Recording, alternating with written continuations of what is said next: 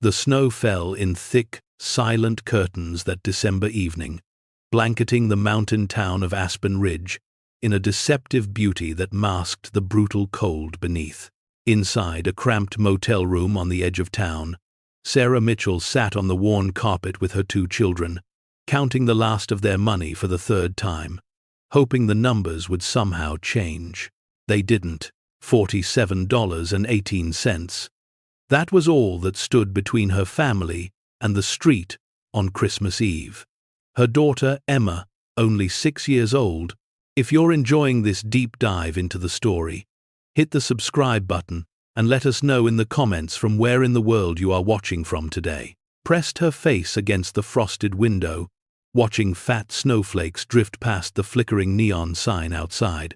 Her son, Lucas, 8, sat quietly beside his mother, old enough to understand the gravity in her silence, young enough to still believe she could fix anything. Sarah's hands trembled as she folded the bills and tucked them back into her wallet. 3 days ago, the car had broken down on their way to her sister's place in Denver. The repair cost more than they had. The motel manager had already knocked twice about tomorrow's payment. And her phone, the lifeline she desperately needed to find work, sat dark and useless on the nightstand. The screen shattered from when it slipped from her numb fingers in the parking lot that morning. She had tried everything, called every number she could remember, reached out to old friends who promised help that never came, applied for assistance that would take weeks to process.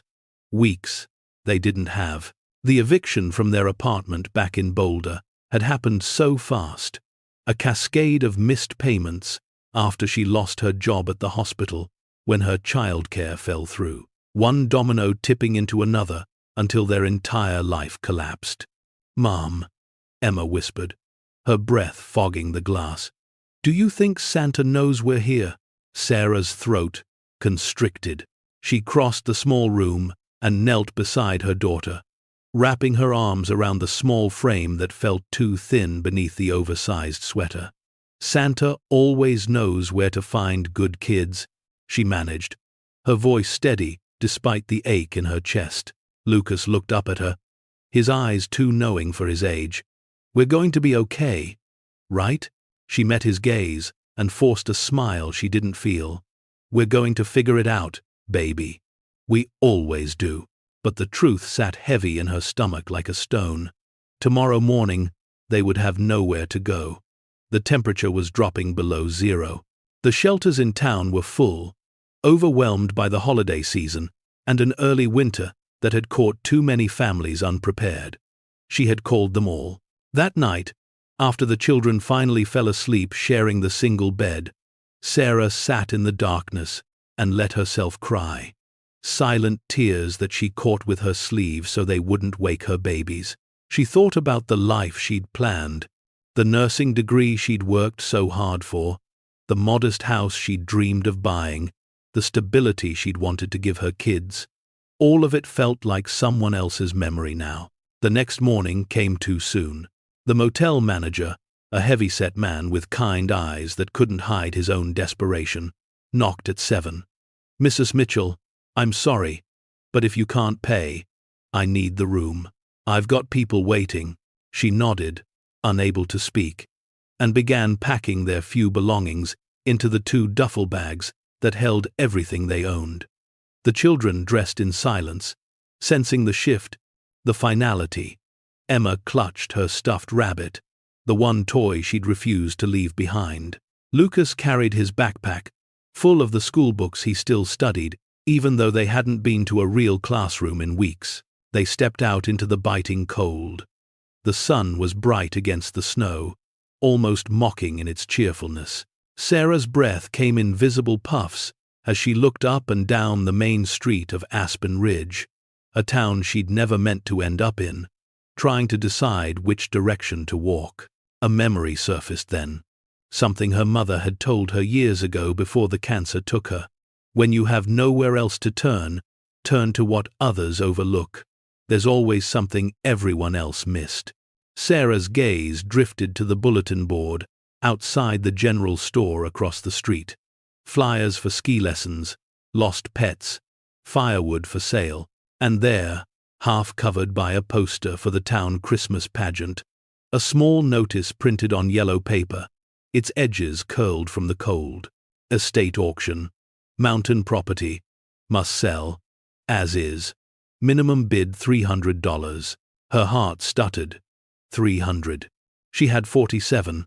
But something pulled her across the street anyway, her children trailing behind, their footsteps crunching in the fresh snow.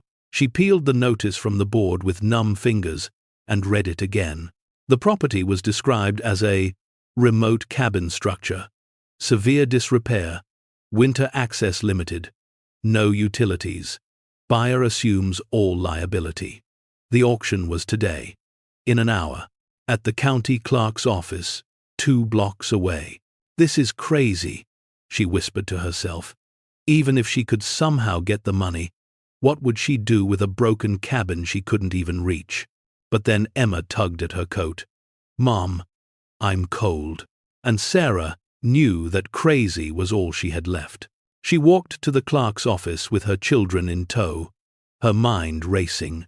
Inside the cramped municipal building, a tired-looking woman sat behind a desk, sorting through papers with the mechanical efficiency of someone counting down the minutes until retirement. I'm here about the property auction, Sarah said, her voice stronger than she felt. The woman barely looked up. Ferndale Estate. You got your deposit? Sarah's heart sank. How much? 300 to bid. Non-refundable. The words hit like a physical blow. Of course. She'd been foolish to even hope. She turned to leave, apologizing for wasting the woman's time, when a voice spoke from the corner of the room. I'll cover her deposit. Sarah spun around. An elderly man sat in one of the plastic chairs against the wall, wearing a thick wool coat and a hat that had seen better decades. His face was weathered like old leather, his eyes sharp and assessing behind wire-rimmed glasses. Excuse me? Sarah managed. He stood slowly, joints protesting, and crossed to the desk. I said, I'll cover it. 300. He pulled a worn checkbook from his coat pocket. Make it out to the county? The clerk nodded, suddenly more alert. Mr. Hartley, you sure about this? Wouldn't offer if I wasn't, Janet. He wrote the check with a steady hand and slid it across the desk. Then he turned to Sarah. You look like someone who needs a second chance. And that property has been sitting in probate for 6 months. Nobody wants it. If you're desperate enough to come here on Christmas Eve, you might be desperate enough to make use of it. Sarah felt tears threatening again. I can't accept this. I can't pay you back. Don't want you to, he said simply. But I do want you to promise me something. If you get that cabin, you don't give up on it. My brother built that place 40 years ago, poured his heart into it before his mind went, and he forgot it even existed. Died in a nursing home, thinking he'd lost everything. If someone's finally going to live there again, I want it to be someone who appreciates the gift. His eyes held hers, and she saw something there. Grief and hope intertwined like roots in frozen ground. I promise, she whispered. The auction lasted less than 10 minutes. No one else came. When the clerk called for final bids and silence answered, she brought down her rubber stamp with a decisive thud. Sold to Sarah Mitchell for $300. Mr. Hartley shook her hand with surprising strength. The deed will be ready after Christmas. Property's about 12 miles up Skyline Ridge. Haven't been accessible by car since the November snows came. You'll need snowshoes or a snowmobile to get up there. Sarah's stomach dropped. I don't have either of those things. He smiled faintly. Trucks out front. I'll take you up. Consider it a Christmas present. 20 minutes later, Sarah and her children were packed into Mr. Hartley's ancient pickup truck, chains rattling against the tires as they climbed the mountain road. The town fell away below them, replaced by endless white forest and sky. Emma and Lucas pressed against the windows. If you find this story engaging, please take a moment to subscribe and enable notifications. It helps us continue producing in-depth content like this. Watching the world transform into something from a fairy tale. Your brother, Sarah asked quietly as they drove. What was he like? Mr. Hartley's hands tightened on the steering wheel. Brilliant. Bit obsessive. Made his money in tech back when computers were the size of rooms. Bought this land because he wanted absolute privacy. Built that cabin with his own hands over 3 summers. Then, dementia took him piece by piece. By the end, he didn't remember his own name. He paused. I tried to maintain the place after he went into care, but I'm too old to make the trip anymore. Had to let it go. The road narrowed, becoming little more than a suggestion beneath the snow. Trees pressed close on both sides, their branches heavy with ice that glittered like broken glass in the afternoon sun. After what felt like hours, but was only 40 minutes, Mr. Hartley pulled the truck to a stop at the end of a barely visible trail. From here, you walk, he said. Follow the orange markers on the trees. About a quarter mile. He helped them unload their bags and handed Sarah a heavy flashlight. You'll need this. Place probably hasn't had power in years. Then he pulled out one more item. A satellite phone. Old, but functional. Emergency use only. There's no cell service up here. If you get in real trouble, this connects to the ranger station. Sarah wanted to refuse, to say it was too much, but the weight of his kindness had already crushed her objections. Thank you, she said, the words utterly insufficient. He nodded. Merry Christmas, Mrs. Mitchell. I hope you find what you're looking for. The truck's taillights disappeared back down the mountain, and Sarah stood with her children in the vast silence of the winter forest. For a moment, panic threatened to overwhelm her. What had she done? She'd gambled their last hope on a stranger's charity and a cabin she'd never seen, miles from civilization, in sub-zero temperatures. But Emma slipped her small hand into Sarah's and looked up with absolute trust. It's an adventure, Mummy. And Lucas shouldered his backpack with determination that broke her heart and put it back together in the same breath. Let's go see our new house. So they walked, following the orange markers blazed into tree bark, their feet sinking into snow that reached Emma's knees. The forest around them was silent, except for the whisper of wind through pine boughs and the occasional crack of ice shifting in the cold. Sarah's breath came in labored gasps as she carried both duffel bags, but she didn't stop. The trail opened suddenly into a clearing, and Sarah's breath caught for an entirely different reason. The cabin stood before them like something conjured from a dream. It was larger than she'd imagined, a 2-story structure built from massive logs, with a steeply pitched roof designed to shed heavy snow. The windows were dark, and several shutters hung crooked on rusted hinges.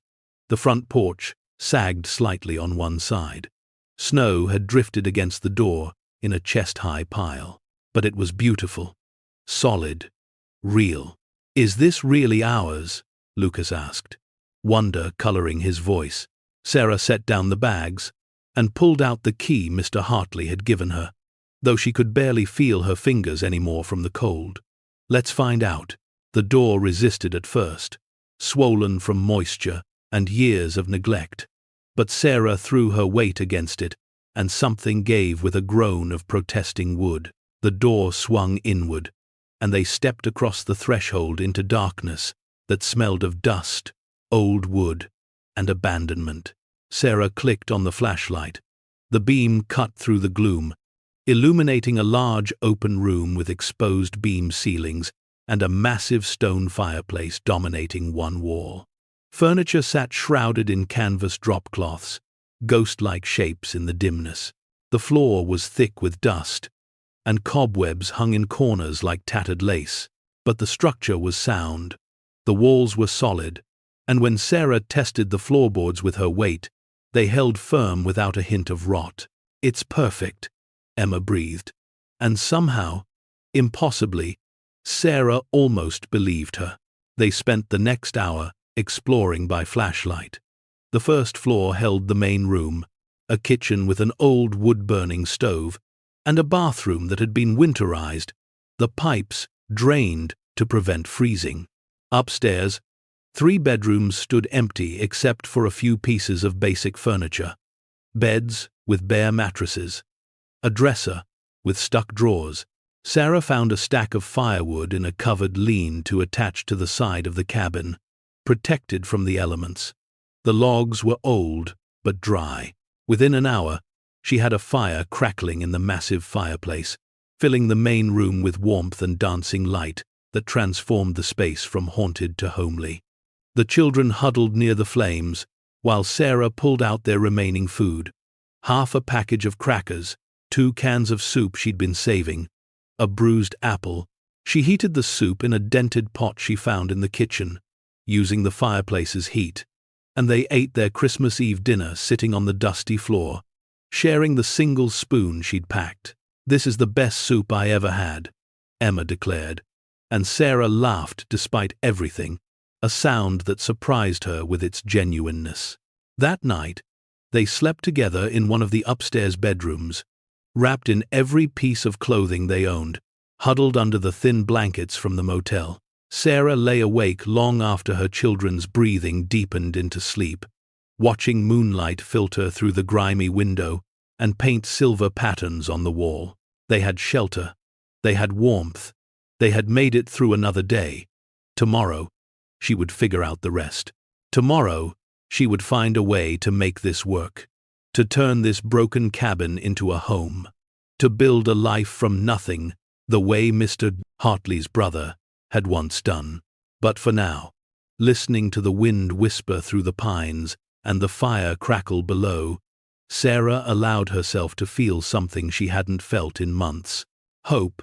The first morning in the cabin arrived with cruel brilliance, sunlight streaming through frost-covered windows and revealing the full extent of what Sarah had taken on. In the harsh light of day, every floor stood exposed: water stains on the ceiling, cracks in the plaster, a window with a corner broken out and stuffed with yellowed newspaper, gaps in the floorboards wide enough to see through to the crawl space below. But it was theirs. Emma woke first, her excitement overriding the cold. "Mom, Mom, it's Christmas. Can we explore outside?" Sarah pulled herself from the nest of blankets, her body aching from the hard mattress and the cold that had seeped into her bones overnight. "Let me get the fire going first, baby." Downstairs, the embers from last night's fire still glowed faintly. Sarah fed them, kindling from the woodpile, until flames caught and spread.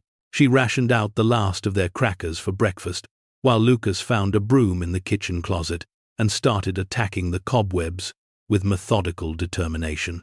"If we're going to live here," he said with 8-year-old logic, "it should be clean." Pride swelled in Sarah's chest so fiercely it hurt. Her children, who had every right to complain, to cry, to rage against the unfairness of spending Christmas in a freezing abandoned cabin, were instead making it home. By mid-morning, they'd made remarkable progress. The main room looked almost livable, furniture uncovered and arranged, windows cleaned until light streamed through them properly. Sarah found cleaning supplies under the kitchen sink, and though the labels were faded, the product still worked. The children turned the work into a game, competing to see who could collect the most cobwebs on their broom. It was Emma who made the first discovery. "Mum, this drawer won't open all the way." Sarah crossed to where Emma stood by an antique writing desk in the corner of the main room. The top drawer pulled out about 3 inches before jamming against something. Sarah wiggled it, then pulled harder. With a crack of old wood giving way, the drawer came free entirely, clattering to the floor. Behind it, built into the desk's body, was a hidden compartment. Inside lay a leather journal, its cover cracked with age, but still intact. Sarah lifted it out with trembling fingers, her heart inexplicably racing. The first page bore an inscription in firm, precise handwriting: "Construction log, Skyline Ridge Cabin, property of Dr. Julian Hartley, May 1985. Mr. Hartley's brother. The man who'd built this place with his own hands. Sarah sat on the newly cleaned sofa and began to read while her children returned to their cleaning, occasionally glancing over to see their mother absorbed in the pages of someone else's life. The journal chronicled the cabin's construction in meticulous detail, from the laying of the foundation to the installation of the roof. But it was more than just a builder's log. Dr. Hartley had poured his thoughts into these pages, his dreams for the property, his need for a refuge from a world that demanded too much of his brilliant, troubled mind. "I built this place to be completely self-sufficient," one entry read. Solar panels installed on the south face, water collection system in the roof channels, root cellar dug into the hillside for food storage. Everything a man might need to disappear from a world gone mad. Sarah's pulse quickened. Solar panels.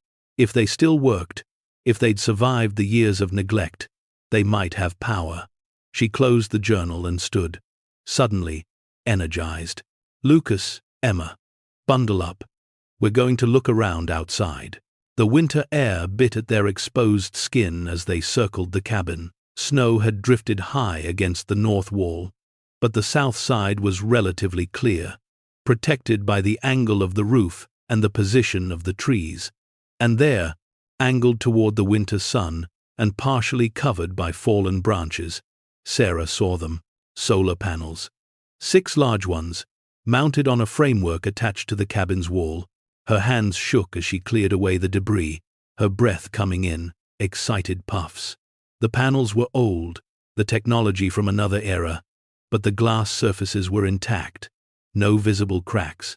She followed the thick cables where they disappeared into the cabin's wall. Back inside, she searched until she found what she was looking for, a utility closet she'd passed earlier, dismissing it as empty. But now she looked more carefully. Behind a stack of old paint cans sat a control box with gauges and switches, and below it, a bank of deep-cycle batteries. Sarah held her breath and flipped the main switch. Nothing happened. Disappointment crashed through her, so intense she nearly sobbed. Of course, the system was too old, the batteries dead, the panels damaged. She'd been foolish to hope. But then a gauge needle trembled, moved, climbed slowly from 0 to a position marked charging, and somewhere in the cabin, something hummed to life. "Mom!" Lucas's shout came from the kitchen. "The lights work!" Sarah ran. In the kitchen, a single overhead bulb glowed weakly, flickering, but definitely on. She found switches and flipped them. More lights stuttered to life throughout the cabin, some working, others dead, but enough to banish the darkness that had seemed so oppressive just hours ago. Emma danced in circles in the middle of the main room, laughing with pure joy. "We have lights. We have electricity." Sarah sank into a chair, overwhelmed. They had heat from the fireplace.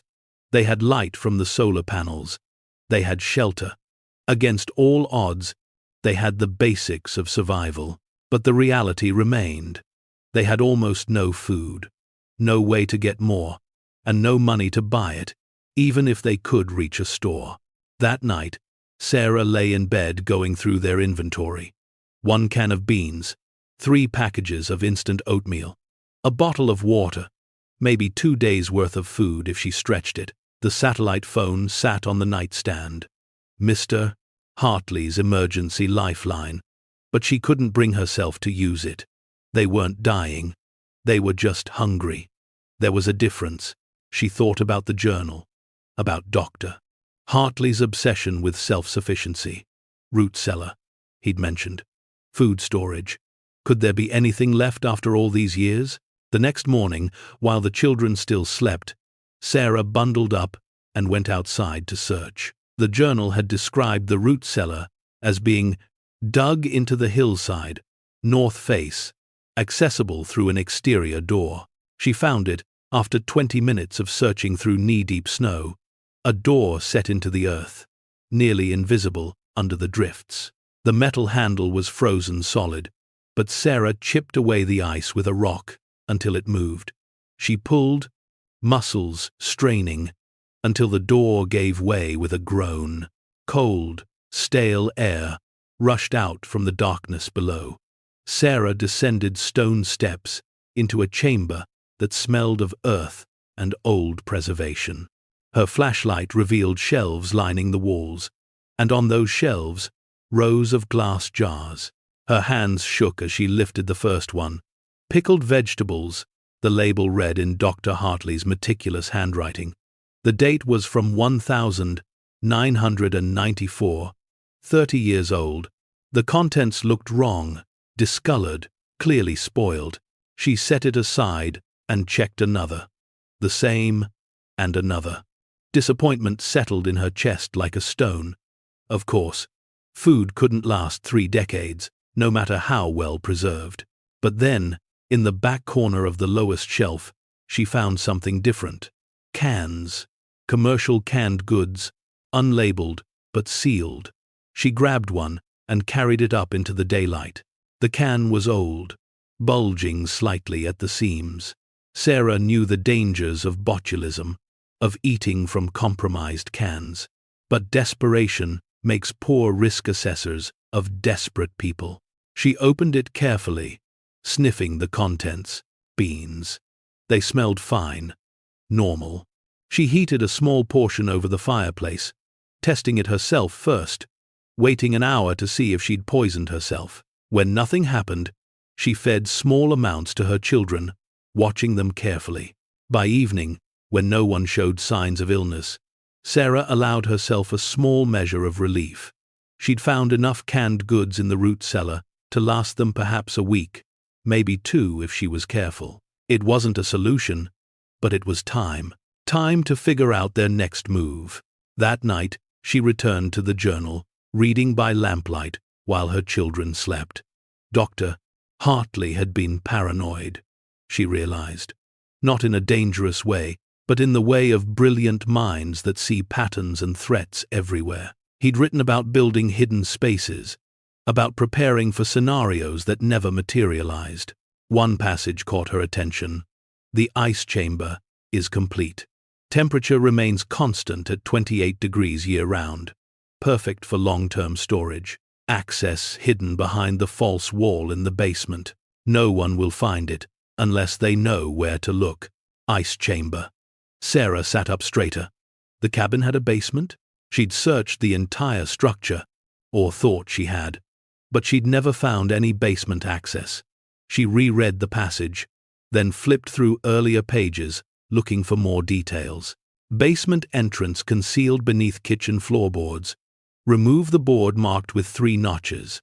Stairs descend to workshop and storage area. Sarah's pulse hammered in her ears. She grabbed the flashlight and went downstairs to the kitchen. On her hands and knees, she ran her fingers over the wide floorboards, searching for imperfections. Most were smooth, worn by time and foot traffic, but one board, near the corner by the old stove, had 3 small notches carved into its edge, so subtle she would have missed them if she hadn't been looking. She worked her fingernails into the gap and pulled. The board lifted easily, revealing a dark space below and the top of a wooden ladder descending into blackness. Sarah's breath came in short gasps. Every instinct screamed that she should wait until morning, should bring someone with her, should be cautious.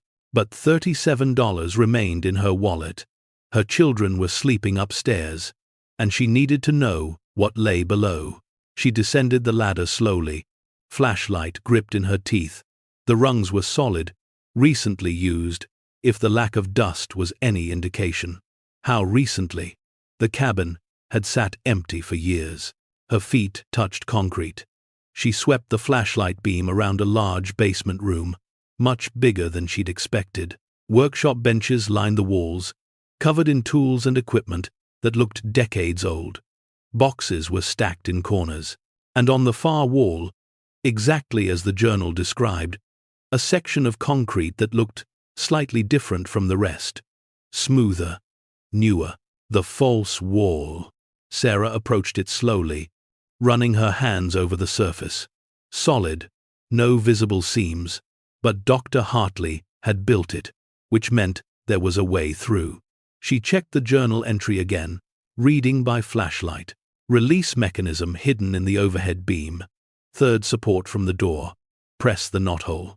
She found the beam, counted the supports, located the knothole. It looked natural, just another imperfection in old wood. She pressed it. Something clicked deep in the wall. A section of concrete, about 3 feet wide, swung inward on silent hinges, revealing a dark passage beyond. Cold air rushed out, carrying with it a smell that was familiar but wrong, clean, sterile, like a refrigerator that had been running for decades. Sarah stepped through the opening into the ice chamber. Her flashlight beam revealed a space carved from the mountain itself, walls of stone reinforced with concrete, ceiling dripping with icicles, despite the insulation of earth above. The temperature was brutal, well below freezing. Her breath came in white clouds, but it was what filled the chamber that made her drop the flashlight. It clattered on the floor, the beam spinning wildly before coming to rest, pointing at the far wall, where stacks upon stacks of white plastic containers sat arranged with obsessive precision, each one labeled in black marker, each one sealed against moisture and time. Sarah picked up the flashlight with numb fingers and approached the nearest stack. The label read, Gold, Krugerrands, 100 ounces, 1,983. Her vision swam. She grabbed the wall to steady herself, her mind refusing to process what she was seeing. She opened the container with shaking hands. Inside, nestled in foam padding, gleamed rows of gold coins, each one catching her flashlight beam and throwing it back in warm reflections. She moved to the next container. Silver eagles, 500 ounces, 1,986. More precious metals, a fortune in silver coins. The next stack, rare earth elements, platinum group. And the next, investment-grade diamonds, mixed carats. Container after container, hundreds of them, a hoard that represented decades of obsessive collection, hidden away by a man who believed the world would collapse, and precious metals would be the only currency that mattered. Dr. Julian Hartley hadn't just built a cabin, he'd built a vault, and then dementia had stolen his memory of it entirely, leaving it sealed and forgotten while he withered away in a nursing home, convinced he'd lost everything. Sarah sank to her knees on the frozen floor, her body shaking so violently she thought she might come apart. This wasn't real. This couldn't be real. She was hallucinating from stress and hunger and cold, but the weight of the gold coins in her hand was undeniably real. The cold of the chamber was real. The fortune surrounding her was real. She didn't know how long she knelt there, time losing all meaning in the frozen darkness. Eventually, she forced herself to stand, to count. There were over 300 containers, each one filled with assets that had appreciated massively in the decades since Dr. Hartley had hidden them away. Conservative estimate? She was looking at hundreds of millions of dollars. Sarah Mitchell, who 3 days ago had $47.18 to her name, who'd been homeless with 2 children on Christmas Eve, who'd bought this cabin out of sheer desperation for $300 she didn't even have, was now sitting on a fortune that could change everything. No, not just everything. It could change the world. She climbed back up the ladder on legs that barely functioned, secured the false wall and the floorboard, and stumbled to the couch. She sat in the darkness, staring at nothing, her mind spinning through implications faster than she could process them. Tomorrow, her children would wake up excited about exploring their new home. Tomorrow, they would eat the last of the canned beans and ask when they could go to town for real food. Tomorrow, everything would seem normal, but nothing would ever be normal again. Because Sarah Mitchell had made a promise to Mr. Hartley. She'd promised not to give up on this place, She'd promised to appreciate the gift. She just hadn't understood what the gift actually was. The weight of the discovery pressed on Sarah through the night like a physical thing, crushing the air from her lungs. She sat motionless on the couch until dawn crept through the windows, painting the cabin in shades of gray that matched her exhaustion. Her mind raced through scenarios, each more fantastic than the last. She could take one container, just one, and solve every problem. Pay off debts she'd accumulated fleeing Boulder, buy a car that actually ran, get her nursing license reinstated, rent an apartment, stock a refrigerator, give her children the stability they deserved, but something held her back. Maybe it was Mr. Hartley's words echoing in her memory, his grief over a brother who died thinking he'd lost everything. Maybe it was the weight of knowing she was the only person alive who knew this fortune existed. Or maybe it was simpler than that. Maybe it was the fear that the moment she touched that wealth, something terrible would happen to take it all away. So, instead, when Emma and Lucas woke and came downstairs full of energy despite the cold, Sarah made them breakfast from their dwindling supplies and said nothing. She watched them eat, memorizing their faces in the morning light, and thought about the crushing irony of her situation. She was surrounded by more money than she could spend in 10 lifetimes, and they were still down to their last can of beans. "Mom?" Lucas asked, studying her with those two perceptive eyes. "Are you okay?" Sarah forced a smile. "Just tired, baby. Didn't sleep well." The day passed in a strange fog. Sarah went through the motions of settling into the cabin, organizing their few belongings, checking the solar system again to make sure yesterday's success hadn't been a fluke. The panels were still generating power, the batteries holding charge. At least they had that. But her mind kept drifting back to the ice chamber beneath the kitchen floor, the fortune that sat in frozen silence, waiting, and the decision she knew she'd have to make. That evening, after the children were asleep, Sarah descended into the basement again.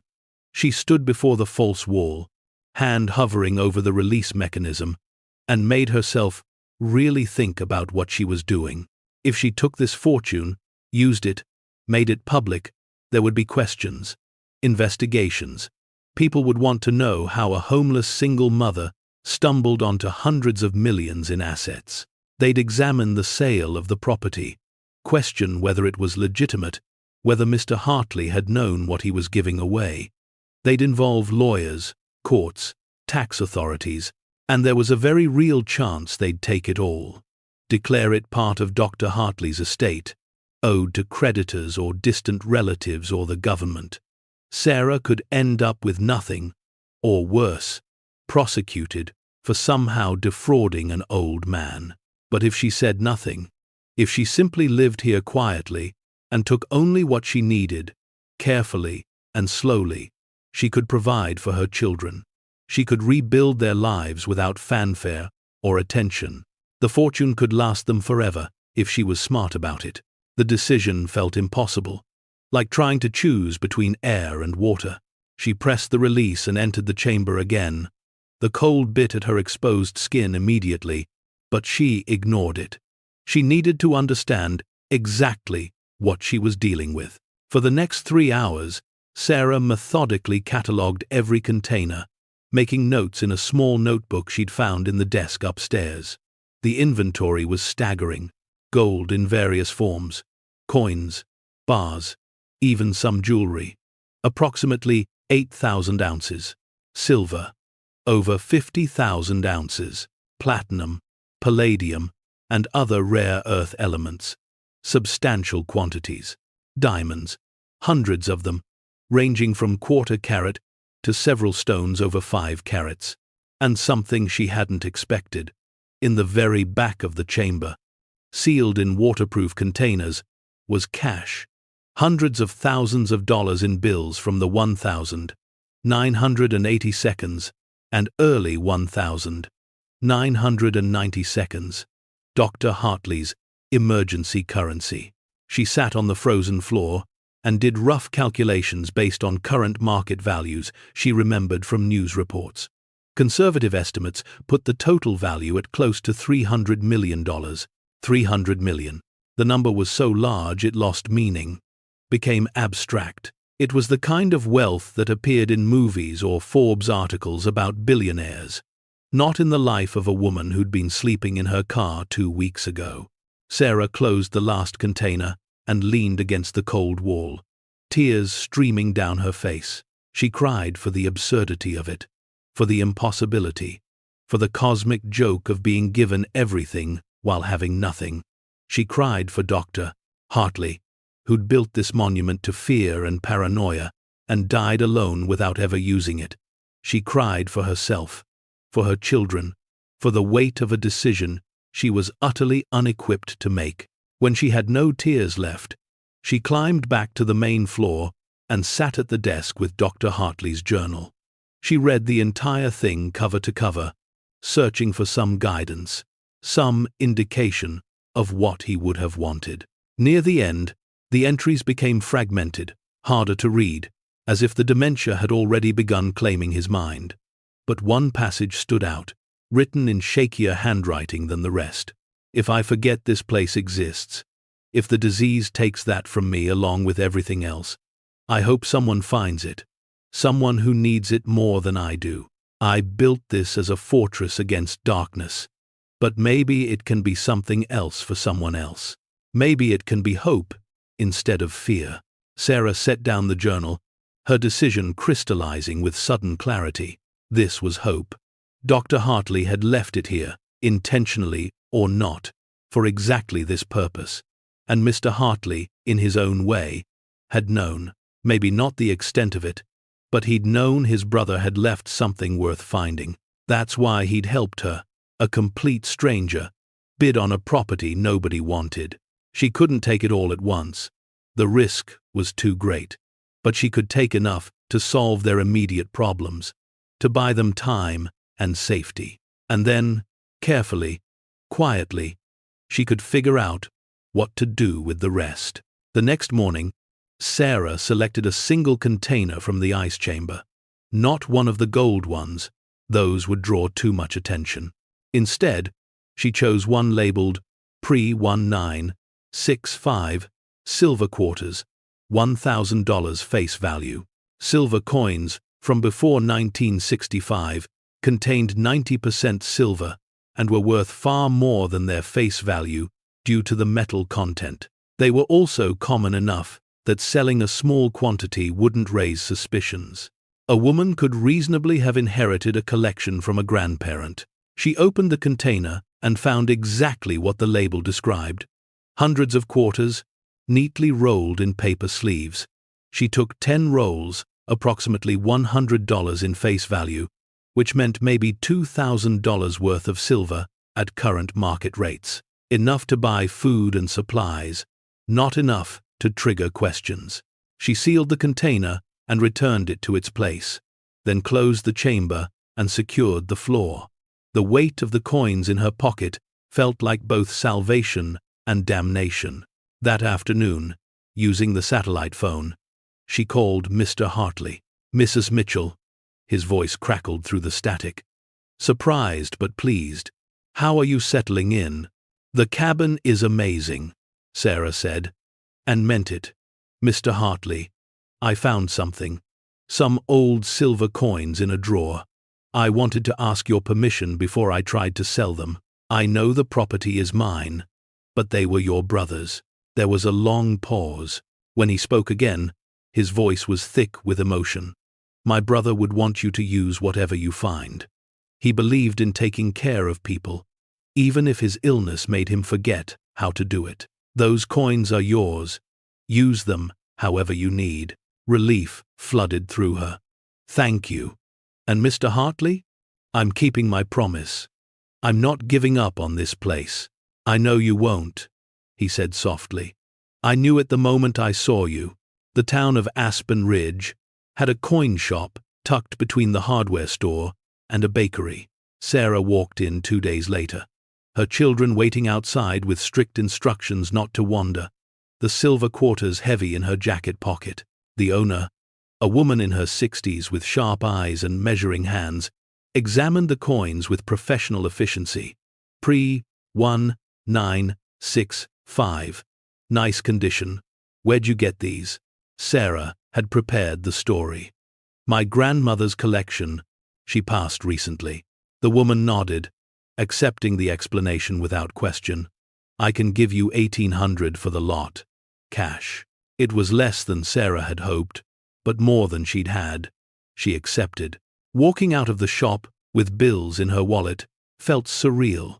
Like she'd crossed into some parallel universe where money simply appeared when needed. She took her children to the grocery store and let them pick out whatever they wanted. Watching Emma's face light up over a package of cookies, seeing Lucas carefully select his favorite cereal, Sarah felt something crack open inside her chest. This was what normal felt like. This was what she'd been fighting for. They returned to the cabin loaded with supplies. And that night, they had their first real meal in days.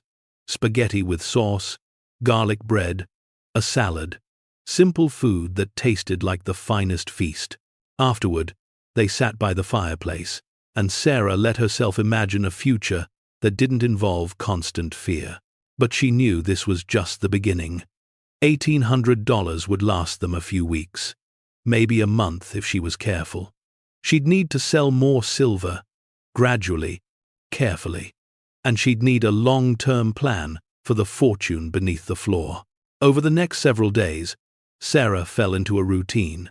She homeschooled the children using books she found in the cabin's small library, teaching them reading and math by the fire while snow fell outside. She repaired what she could in the cabin, finding tools in the basement workshop and YouTube tutorials on the satellite phone's limited browser. She sold another batch of silver coins in a different town 40 miles away, diversifying her transactions to avoid suspicion. Slowly, carefully, she built a life. But secrets have weight, and the fortune beneath the cabin grew heavier with each passing day. Sarah found herself lying awake at night, listening to the wind outside and the silence inside, thinking about the implications of what she'd found. Dr. Hartley had hidden this wealth at the peak of Cold War paranoia. These weren't assets acquired legally through normal means. They were investments made by someone who believed society would collapse. Had he paid taxes on them? Had he reported them to the IRS?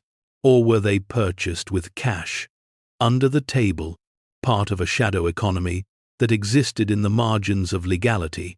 If she used the fortune openly, there would be questions she couldn't answer. Questions about provenance and ownership, and whether this constituted found treasure or inheritance, or something else entirely. Questions that could land her in legal trouble, even though she'd done nothing wrong. So she continued her careful approach, taking only small amounts, converting them slowly. Silver coins one week, a few pieces of gold jewelry the next. Never enough to draw attention. Always with a cover story about inherited collections or estate sales. It was Lucas who finally forced the conversation Sarah had been avoiding. One evening, as they sat around the fireplace after dinner, he looked up from his book with that serious expression that meant his brain had been working through something complex. "Mom, how are we paying for food now? I thought we didn't have money." Emma looked up too, curious. Sarah felt her throat tighten. She'd known this question would come eventually, but she hadn't prepared a good answer. The truth was too complicated, too big for children to understand. But they deserved something honest. "I found some valuable things in the cabin," she said carefully.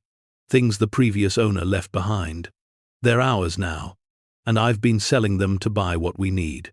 "Like treasure?" Emma asked, eyes wide. Sarah smiled despite her anxiety. "Sort of like that, yes." "How much treasure?" Lucas pressed. "Enough," Sarah said. "Enough to take care of us for a long time." Lucas studied her face with disconcerting intensity. "You're worried about it." It wasn't a question. Sarah sighed and pulled both children close. "I am a little worried. Not about having it, but about making sure we handle it the right way. Money can be complicated. Is someone going to take it away from us? Lucas asked, voicing Sarah's deepest fear. I won't let that happen, she said fiercely. This is ours. This cabin is ours.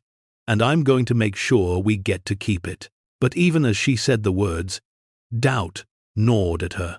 Because the truth was, she didn't know if she could keep that promise. The weeks turned into a month, and January settled over the mountain with a cold so intense that going outside became genuinely dangerous. Sarah and the children stayed close to the fireplace, venturing out only when necessary to collect firewood or check the solar panels. It was during one of these ventures that Sarah noticed fresh tracks in the snow near the cabin, boot prints, too large to be hers, leading from the tree line to the front door and back again. Someone had been here recently. Her heart hammered as she followed the tracks back into the forest, stopping when they disappeared into a tangle of underbrush. She scanned the trees, feeling watched, but saw nothing.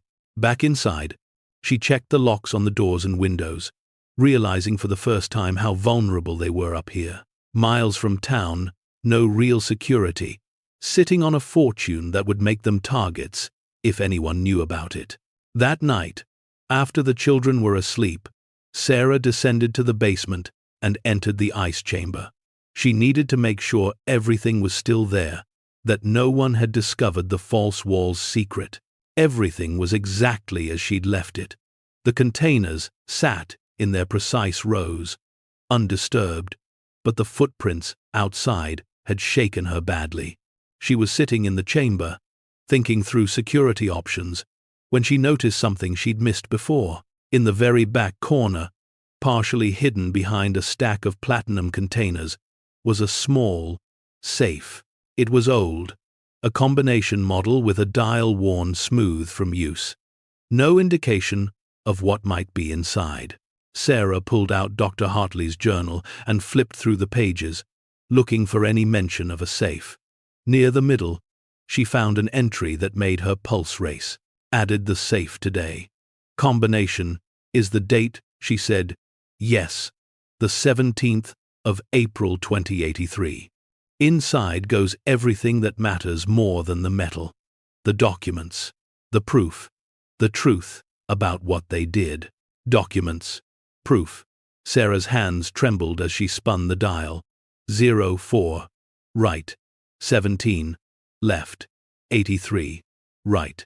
The lock clicked. She pulled open the heavy door and found 3 things inside. A manila envelope, sealed and labeled Original Purchase Records and Certificates. A second envelope, labeled For Whoever Finds This. And a small black notebook. Sarah took all 3 items upstairs and spread them on the kitchen table. She opened the envelope of purchase records first. Inside were decades' worth of receipts, transaction records, and certificates of authenticity for every ounce of precious metal in the chamber below. Dr. Hartley had documented everything meticulously, including proof that he'd paid for these assets, with money earned legitimately through his tech company, and that he'd paid all applicable taxes at the time of purchase. This changed everything. With these documents, Sarah could prove the fortune had been acquired legally. She wouldn't face questions about money laundering or tax evasion. The assets were clean. She opened the second envelope with shaking hands. Inside was a single sheet of paper, covered in Dr. Hartley's precise handwriting. To whoever finds this, if you're reading these words, it means the dementia took everything from me, including the memory of this place I built. I am sorry I couldn't be here to welcome you properly. The wealth in this chamber represents 30 years of careful investment, legally purchased and ethically sourced. The documentation in the other envelope proves this. It is yours now, free and clear, with my blessing. I built this place because I was afraid of war, economic collapse, and the fragility of civilization. I hoarded these assets because I believed the world would end and only precious metals would have value. I was wrong. The world didn't end. And by the time I realized my fear had stolen my life, it was too late. The disease had already begun, taking my mind. Don't make my mistake. Don't let fear stop you from living. Use what you've found to build the life I was too afraid to build for myself. Take care of people. Make the world better. Turn my monument to paranoia into something that actually matters. And please, if you can, tell my brother Robert that I'm sorry for the years we lost because I was too proud and too scared to maintain our relationship. Tell him I thought of him often, especially at the end. With hope for your future, Julian Hartley. Sarah read the letter 3 times, tears streaming down her face. Then, she opened the black notebook. The first page bore a single line: what they did, and why no one stopped them. What followed was a detailed investigation, documented with the same meticulous care Dr. Hartley had applied to everything else. It chronicled a chemical company's illegal dumping in the national forest near Skyline Ridge in the mid-1980s. Dates, times, names of officials who'd been bribed to look the way, photographs of barrels being buried in the woods, witness statements from people who'd gotten sick from contaminated groundwater. Dr. Hartley had been building a case, Sarah realized. He'd been trying to expose the crime, but somewhere along the way, either the dementia had taken his ability to follow through, or fear had stopped him from going public with what he knew. And now that evidence sat in Sarah's hands, decades later, when some of the perpetrators were probably dead and others had long since moved on. But the contamination, Sarah thought, that could still be there, buried in the forest, leaching into water supplies, poisoning the land. She sat at the kitchen table until dawn, reading and rereading the documents, the weight of yet another impossible decision settling over her like snow. She'd found a fortune that could change her life, but she'd also found a truth that could save lives, if anyone would listen to it 30 years later. And somehow, she'd have to figure out how to handle both. The morning sun through the kitchen window found Sarah still at the table. Dr. Hartley's notebooks and documents spread before her like pieces of a puzzle she was desperately trying to solve. The evidence of chemical dumping was damning, detailed accounts of a crime that had gone unpunished for decades. But bringing it to light meant questions. It meant exposure. It meant becoming visible in a way that terrified her. Emma shuffled into the kitchen, rubbing sleep from her eyes, her stuffed rabbit dragging on the floor behind her. "Mummy, did you sleep at all?" Sarah pulled her daughter into her lap, breathing in the familiar scent of her hair. "Not much, baby, but I'm okay." Lucas appeared moments later, already dressed despite the early hour, and immediately noticed the documents. "What's all that?" Sarah made a decision. Her children deserved honesty, even if they couldn't fully understand the implications. "Remember I told you about the treasure we found?" Both children nodded. "Well, the man who left it also left information about something bad that happened a long time ago. Bad people hurting the environment. And I'm trying to decide what to do about it." "You should tell someone," Lucas said immediately, with the absolute moral certainty of childhood. If people did something bad, they should be in trouble. "It's not that simple," Sarah began, but Emma interrupted. "If bad people hurt the mountain, we should help the mountain. It's our home now." Out of the mouths of babes, Sarah thought. Her children had distilled the complexity down to its essence. When you know about injustice, you have a responsibility to act. She spent the next 2 days reading through everything Dr. Hartley had compiled, cross-referencing dates and names with information she could access through the satellite phone's limited internet. Many of the people he'd named were dead. The company responsible had been dissolved in a merger in 1997. The officials who'd allegedly taken bribes had long since retired. But the contamination, if it was still there, didn't have a statute of limitations. Sarah made a call to the EPA's regional office, using a burner phone she'd bought on her last trip to town. She didn't give her name, just reported possible chemical contamination in the national forest near Skyline Ridge, and referenced documentation from the 1,980 seconds. The woman who answered sounded skeptical, but took down the information. "We'll send someone to investigate. Can I get your contact information?"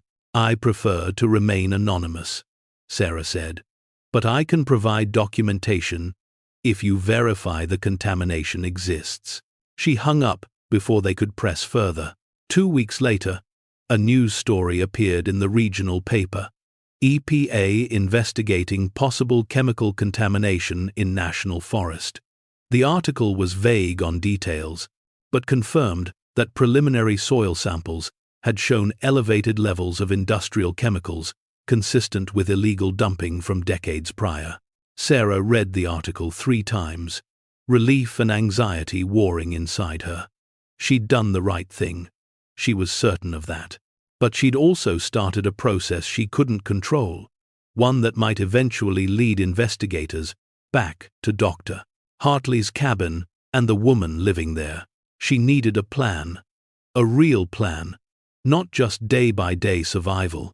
That night, after the children were asleep, Sarah sat at the desk with a legal pad and began writing. She divided her strategy into phases. Phase 1. Secure their immediate future. Continue selling small amounts of silver and gold to establish a steady, explainable income. Keep detailed records of every transaction. Phase 2. Establish legitimacy. Use the cash from the ice chamber to hire a lawyer, someone who could help her navigate the legal complexities of her situation. Come clean about the fortune, but on her terms, with documentation proving Dr. Hartley's intent for whoever found it to keep it. Phase 3. Build a life. Use the wealth to not just survive, but to actually thrive. Get her nursing license reinstated. Make sure her children had education, opportunities, futures that weren't limited by poverty. Phase 4. Honor Dr. Hartley's wish. Make the world better, he'd written. Once their own situation was secure, use the fortune to do something meaningful. Maybe fund environmental cleanup of the very contamination he'd tried to expose. Maybe establish a foundation in his name. It was ambitious. It was terrifying. But for the first time since finding the ice chamber, Sarah felt like she had direction instead of just panic. The next morning, she made another trip to town, this time to the library. She needed to research lawyers who specialized in estate law and unexpected inheritance. The librarian, a friendly woman named Patricia, helped her access legal databases and seemed genuinely pleased to see someone using the computers for something other than social media. "You settling in okay up on Skyline Ridge?" Patricia asked, as she showed Sarah how to print documents. "That's quite a place to try to homestead." Sarah tensed. "How did you know where I'm living?" Patricia smiled apologetically. "Small town. Everyone knows everything. Mr. Hartley was in here a few weeks ago, talking about how happy he was that someone was finally going to bring his brother's cabin back to life." Her expression softened. "We all felt terrible about what happened to Dr. Hartley. He was such a brilliant man. The dementia was cruel." "You knew him?" Sarah asked. "Oh, everyone knew Julian. Before he got sick, he used to come into town once a month for supplies. Always polite, always paid cash, kept to himself mostly. But he was generous when people needed help, paid for Tommy Chen's cancer treatment when the family couldn't afford it. Anonymously, of course, but word gets out." Patricia leaned against the desk, her voice dropping to a more confidential tone. "He used to say he was preparing for the end of the world. I think he was just preparing to be alone." Sarah felt tears prick her eyes. "I wish I could have met him." "In a way, you have," Patricia said gently. "His cabin is meeting him. The life he built, is meeting him. That's something. Sarah left the library with more than legal research. She left with a clearer picture of the man who'd inadvertently saved her family. Dr. Julian Hartley hadn't been crazy or dangerous. He'd been scared and brilliant, and ultimately heartbreakingly lonely. And he'd left behind a legacy that was now hers to steward. Back at the cabin that evening, Sarah made a decision. She would keep Dr. Hartley's letter with her always, a reminder of the responsibility that came with this gift. She wouldn't waste it on fear the way he had. She would use it to build something real. But first, she needed help. She used the cash she'd accumulated to retain a lawyer named Margaret Chen, Tommy's daughter, who'd gone to law school and returned to practice in Aspen Ridge. Over coffee at the town's only cafe, Sarah laid out her situation with as much honesty as she dared. I bought a property at auction. The previous owner had passed away. I found valuable items he'd left behind. Items that appear to have been intended as a cash for whoever found them. I have documentation proving they were legally acquired. But I'm not sure how to proceed without triggering every red flag in the system. Margaret listened carefully, taking notes. Do you have the documentation with you? Sarah produced copies of Dr. Hartley's purchase records and his letter. Margaret read them slowly, her expression shifting from professional interest to genuine surprise. This is extraordinary, she said finally. And yes, you're right to be cautious. But Mr. Hartley's letter makes his intent very clear. This was essentially a treasure hunt he set up, intentionally or not. You found it legitimately. You own the property. The assets are yours. So I won't lose them? Not if we handle this correctly. We'll need to file the appropriate documentation with the IRS, pay estate taxes on the current value, and establish a clear chain of ownership. It'll be complicated and expensive, but it's doable. And once it's done, you'll have clean title to everything. Relief flooded through Sarah so intensely she had to grip the table to stay upright. How long will it take? Months, probably. Maybe a year. But we can start small. What's the total estimated value we're dealing with? Sarah took a breath. Conservative estimate? Close to $300 million. Margaret's coffee cup stopped halfway to her mouth. She set it down carefully, eyes wide. I'm sorry. Did you say 300 million? Million. Yes. For a long moment, Margaret just stared at her. Then she started to laugh, not mockingly, but with the kind of incredulous joy that comes from witnessing something impossible become real. Sarah Mitchell, she said, shaking her head in wonder. I think you just won the lottery without buying a ticket. Over the next several months, Sarah's life transformed in ways both thrilling and terrifying. Margaret began the careful, methodical process of establishing legal ownership of the fortune, filing documents, obtaining appraisals, and navigating the complex web of estate law. The IRS would eventually take a substantial portion in taxes, Margaret warned, but what remained would still be life-changing wealth. In the meantime, Sarah continued her careful approach, selling small amounts to sustain their daily needs while waiting for the legal process to conclude. She enrolled Lucas and Emma in the town's school, watching them make friends and thrive in ways that made her chest ache with gratitude.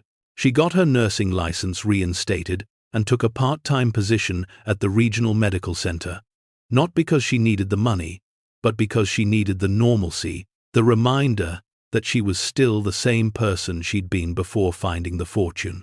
The EPA investigation into the chemical dumping intensified.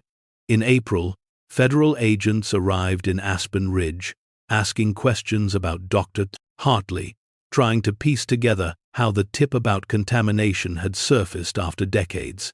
Sarah, on Margaret's advice, came forward with the notebooks, presenting them as something she'd found while cleaning out the cabin. The evidence led to a major cleanup operation and a renewed investigation into the officials who'd allowed the dumping to occur. Several people who'd thought their crimes were safely buried in the past suddenly found themselves facing federal charges. Mr. Hartley came to visit in May, when the mountain road became passable again. He stood in the cabin his brother had built, tears streaming down his weathered face, as Sarah showed him the letter Julian had left. "He thought of you," Sarah said gently. "At the end. He wanted you to know he was sorry. I should have tried harder to reach him." "Mr. Hartley said, voice breaking, "I should have visited more, should have noticed the dementia earlier. I let pride and hurt feelings keep me away, and then it was too late." "He understood," Sarah assured him. "And he left something incredible behind.